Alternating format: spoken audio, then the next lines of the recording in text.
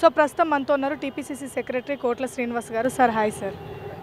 So ప్రస్తుతానికైతే ఇప్పుడు కాంగ్రెస్ అధికారంలోకి వచ్చింది. సో మీరు ఎలా ఫీల్ అవుతున్నారు సార్? చాలా ఆనందంగా అమ్మ. ఈ ఆనందము, ఈ ఉత్సాహము, ఈ సంతోషము నా ఒక్కరిదే కాదు, కార్యకర్తగా నాతో పాటు కాంగ్రెస్ పార్టీలో ఎంతోమంది కార్యకర్తలు పనిచేసారు, వాళ్ళకు సంతోషంగా ఉంది. అదేవిధంగా ఓట్లు వేసిన తెలంగాణ ప్రజలు కూడా ఇలా 4 కోట్ల మంది జనాలు అంటే తెలంగాణ రాష్ట్ర ప్రజలందరూ కూడా ఇలా సంతోషంతో మరి ఆనంద డోలికలో మునుగుతడంలో ఎలాంటి అతిశక్తి లేదు.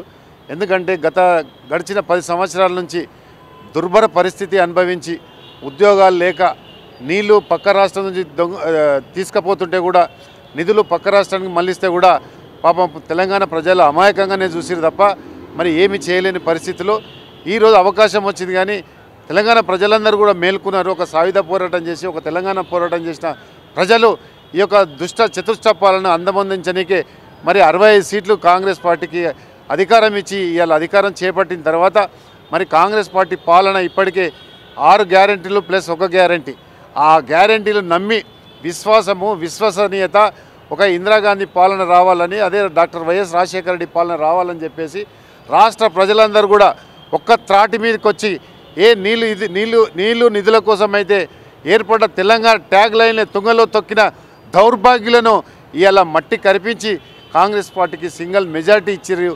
తెలంగాణ ప్రజలు కూడా ఇలా సంతోషాలు సంబరాలు చేసుకుంటున్న సందర్భం ఇది. అది ఒకటైతే ఈరోజు ఏదైతే ముఖ్యమంత్రి గారు తీసుకుంటున్న నిర్ణయాలు మనం చూస్తూ ఉన్నాం. చక ఏదైతే ప్రజలకు ఎన్నికల్లో హామీ ఇచ్చినామో ఆ హామీలు ఒకదాని తర్వాత ఒకటి అమల్లో దిశగా ఈరోజు తెలంగాణ ప్రభుత్వం ప్రయాణిస్తూ ఉంది. ఇప్పటికే మీరు చూసిరు మహాలక్ష్మి పథకం కింద ఈ రాష్ట్రంలో ఉన్న మహిళలందరికీ కూడా రాష్ట్రంలో ఎక్కడ తిరిగినా కానీ ఈరోజు ఉచిత ప్రయాణం చేసే వెసులుబాటుని కల్పించాం. అదేవిధంగా ఆరోగ్యశ్రీకి ఇలా 10 లక్షల వరకు టార్గెట్ పెట్టి అదే విధంగా మరి ఏ ఫీజు రియంబర్స్మెంట్ కోసం అదేవిధంగా ఆరోగ్యశ్రీ కోసం గతంలో ఈ స్కీమ్లే కనీసం పట్టించుకోలేని ప్రభుత్వానికి గుణపాఠం చెప్పిన తెలంగాణ ప్రజలందరూ కూడా ఈ యొక్క స్కీములు అందించి తద్వారా తెలంగాణలో ప్రజాస్వామ్యం పరిరక్షిల్లాలని, అదేవిధంగా ప్రజాస్వామ్యయుతమైన పరిపాలన అందించాలని రేవంత్ రెడ్డి గారి నాయకత్వంలో మంత్రిమండలందరూ కూడా కృషి చేతుల్లో ఎలాంటి అతిశక్తి లేదు. 6 పథకాలు అయితే ఏవైతే పెట్టారో అది 100 రోజులలో అమలు చేస్తామని చెప్పారు కదా. అయితే జనాలందరికీ అది 100 రోజులలో అమలు అవుతుందా లేదంటే దాంట్లో ఏమైనా డిలే అవుతుందా అని చెప్పేసి ఉంది. దాని గురించి ఏం చెప్తారు మీరు? ఇప్పుడు ఒకటమ్మా, మనకు ప్రభుత్వం ఏర్పడి 7 తారీఖు నాడు ప్రమాణ స్వీకారం. ఈరోజు ఎంత? 14 తారీఖు. అంటే ఇప్పటికి 7 రోజులనే మనము కనీసం ఒక 2 గ్యారెంటీలను పూర్తి చేసుకోగలిగినాము దిగ్విజయంగా, అది క్యాబినెట్లో పెట్టి. ఇంకా మిగిలిన ఎన్ని గ్యారెంటీలమ్మా? ఇంకొక 5 గ్యారెంటీలు అనుకుందాం. 5 గ్యారెంటీలు రేపు శాసనసభ అయిపోగానే ఇలా శాసనసభ నడుస్తుంది. ఇలా గవర్నర్ గారి ప్రసంగం అయిపోయింది. రేపు గవర్నర్ గారికి ధన్యవాదాలు తెలిపే కార్యక్రమం ఉంటుంది. ఆ తర్వాత మళ్ళీ ఇంకొక 2 రోజులు దాటితే మళ్ళీ ఒక 2 స్కీములు, ఆ తర్వాత 2 స్కీములు. 100 రోజుల ప్రణాళికను కనీసం ఒక 50-30 రోజులనే కంప్లీట్ చేయాలనే ఉద్దేశంతో రేవంత్ రెడ్డి గారు దృఢ సంకల్పంతో ముందు చూపుతోటి ఇలా కార్యక్రమాలు తీసుకుంటా ఉన్నారు.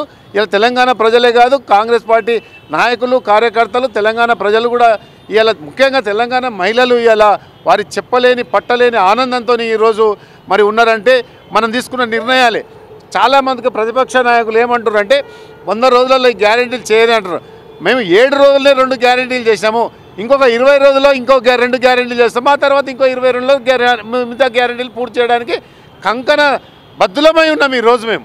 కనుక ఎలాంటి ఎవరికి అనుమానం లేదు, అనవసరంగా ఆలోచన కూడా అవసరం లేదు. రేవంత్ రెడ్డి గారు అదేవిధంగా మంత్రిమండలి కూడా నిద్రలేని రాత్రులు గడుపుతున్నారు తల్లి. నిద్రలేని రాత్రులు గడిపి ప్రజా సంక్షేమం కోసం ప్రజలకు మనం ఇచ్చిన హామీలేంది, ఏ విశ్వాసంతో అయితే ఏ నమ్మకంతో అయితే కాంగ్రెస్ పార్టీకి ఓటేసిరో ఆ నమ్మకాన్ని నిలబెట్టుకోవాలని, ఎప్పుడైతే దగాపడ్డ తెలంగాణను మరొకసారి దగా పడకుండా ఒక మంచి పరిపాలన అందించాలి అన్న ఉద్దేశంతోనే సదుద్దేశంతో ఇలా రేవంత్ రెడ్డి గారు ముందుకోతా ఉన్నారు. దానికి ప్రజలు కూడా ఆశీర్వదిస్తూ ఉన్నారు.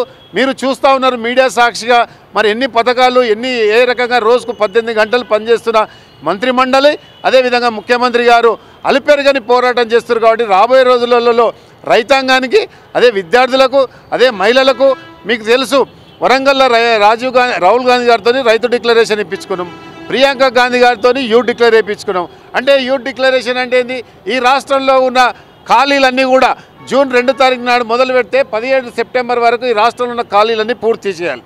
అదేవిధంగా తుగ్గుడలో బహిరంగ సభలో దాదాపు 15 లక్షల మంది సమూహంగా సోనియా గాంధీ అంటే తెలంగాణ తల్లి ఏ విధంగా ఉంటుందో తెలియదు, కానీ సోనియా గాంధీ గారి రూపకంలో తెలంగాణకు ఏర్పాటు చేసింది కాబట్టి ఆమె రుణం తీర్చుకునే అదృష్టం ఇలా తెలంగాణ ప్రజలకు వచ్చింది.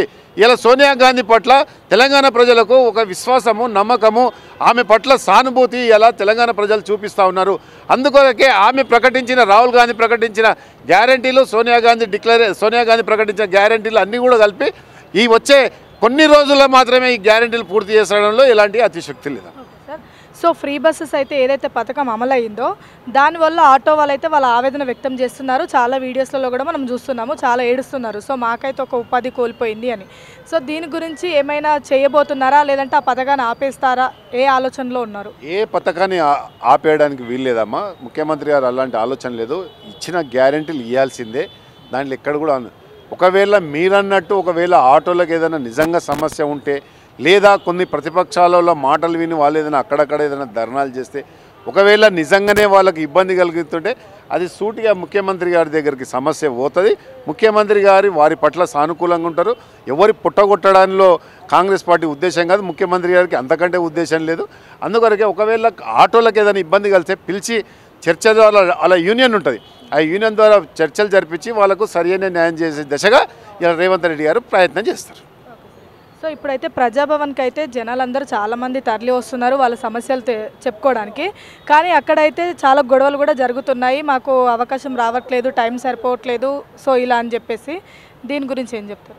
ఒకటమ్మా, 10 సంవత్సరాలు కండ్లుండి చూడలేని ధృతరాష్ట్రుని పాలనలో ప్రగతి భవన్కు, ఫామ్ హౌస్కు పరిమితమైన ముఖ్యమంత్రి, సెక్రటరియట్కు రాని ముఖ్యమంత్రి, అదేవిధంగా కేవలము ప్రజల దర్శనం కోసం ఒక ముఖ్యమంత్రి అనే వ్యక్తి, ప్రజల మధ్య ఉండవలసిన వ్యక్తి, ప్రజల మధ్య ఉండక ఫామ్ హౌస్కే పరిమితమైన ముఖ్యమంత్రిని ప్రజలను కలుసుకోలేని పరిస్థితుల్లో డాక్టర్ వైఎస్ రాజశేఖర రెడ్డి గారు కూడా ప్రజా దర్బార్ నిర్వహించినప్పుడు దాదాపు 5,000 మందికి ఆ రోజు ఒక్కరోజు 5,000 మంది కలిస్తే దాంట్లో 3,000 మందికి తక్షణ సహాయం కింద తక్షణ సమస్యలు పరిష్కరించే దిశగా వారు ఆ రోజు కార్యక్రమం తీసుకున్నారు. 10 సంవత్సరాలు అయింది కాబట్టి ఇలా ప్రజా దర్బార్, ప్రగతి భవన్ను ప్రజా దర్బార్గా చేసి దానికి మహాత్మా జ్యోతిరావు పూలే ప్రజాభవన్గా మార్చి దాంట్లో ప్రజావాణిని వినిపించడానికే ఆ యొక్క భవనాన్ని ఉపయోగిస్తారు. కాబట్టి ఇలా 32 జిల్లాల నుంచి తండాలుగా వస్తారు. ఎందుకంటే 10 సంవత్సరాల నుంచి గ్యాప్ ఏర్పడ్డది కదా, అందుకనికే వాళ్ళు తొందర చేసుకోవాలి మా పనుల ఉద్దేశం మీద వస్తారు. కాబట్టి ఇంకా కొన్ని రోజులు అయితే ఒక్కొక్క పరిష్కారం పూర్తి అయిన తర్వాత కొంత తగ్గుతుంది, ఆ తర్వాత జర్నలైజ్ అవుతుంది, ఆ తర్వాత కొద్ది మంది వస్తారు. ఫస్ట్ కాబట్టి ఈ యొక్క ఫ్లోటింగ్ ఉంటుంది, అక్కడ సౌకర్యాలు లేవని ఫిర్యాదులు వస్తూ ఉన్నాయి, అదిలానే అన్ని సమస్యలు పూర్తి చేస్తారు. ముఖ్యమంత్రి గారి దగ్గరికి అన్ని విషయాలు వాళ్ళు తీసుకుపోతున్నారు అధికారులు. ఇక్కడ ముఖ్యంగా మహిళలకు ఒక సపరేట్ లైన్ పెట్టాలని, అదేవిధంగా వాష్రూమ్స్ సరిగ్గా ఉండాలని, నీటి సదుపాయం ఉండాలని, తిండి సదుపాయం ఉండాలని చాలామంది కోరికలు కోరుతూ ఉన్నారు. తప్పకుండా రాబోయే రోజులలో ఇవన్నీ పరిష్కరించే దిశగా ముఖ్యమంత్రి గారు అన్ని నిర్ణయాలు తీసుకుంటారు. సో సార్, ఓవరాల్గా పార్టీ అయితే అధికారంలోకి వచ్చింది కదా, సో మీకు ఎలాంటి ప్రాధాన్యత ఉండబోతుంది పార్టీలో? తప్పకుండా అమ్మా, గతంలో కూడా నేను రాజశేఖర రెడ్డి గారి హయాంలో ఇందిరమ్మ కమిటీ చైర్మన్గా, సివిల్ సప్లై డైరెక్టర్గా, అదేవిధంగా ప్రతిష్టాత్మకమైన హైదరాబాద్ అగ్రికల్చర్ మార్కెట్ కమిటీ డైరెక్టర్గా చేసినాను. అదేవిధంగా తెలంగాణ ఏర్పడిన తర్వాత జ్యోతిరావు పూలే జయంతి ఉత్సవాల్లో వైస్ చైర్మన్గా పనిచేసినాం. ముఖ్యమంత్రి గారి దృష్టిలో నేను ఉన్నాను. ఖచ్చితంగా మా గుర్తింపు తగ్గ న్యాయం జరుగుతుందని మేము అనుకుంటున్నాం. Please subscribe Pragna Media. Please like, share, subscribe to Pragna Media. Pragna Media, please do like, share and subscribe. Please subscribe to Pragna Media. Please like, share and comment if you like the video. Pragna Media.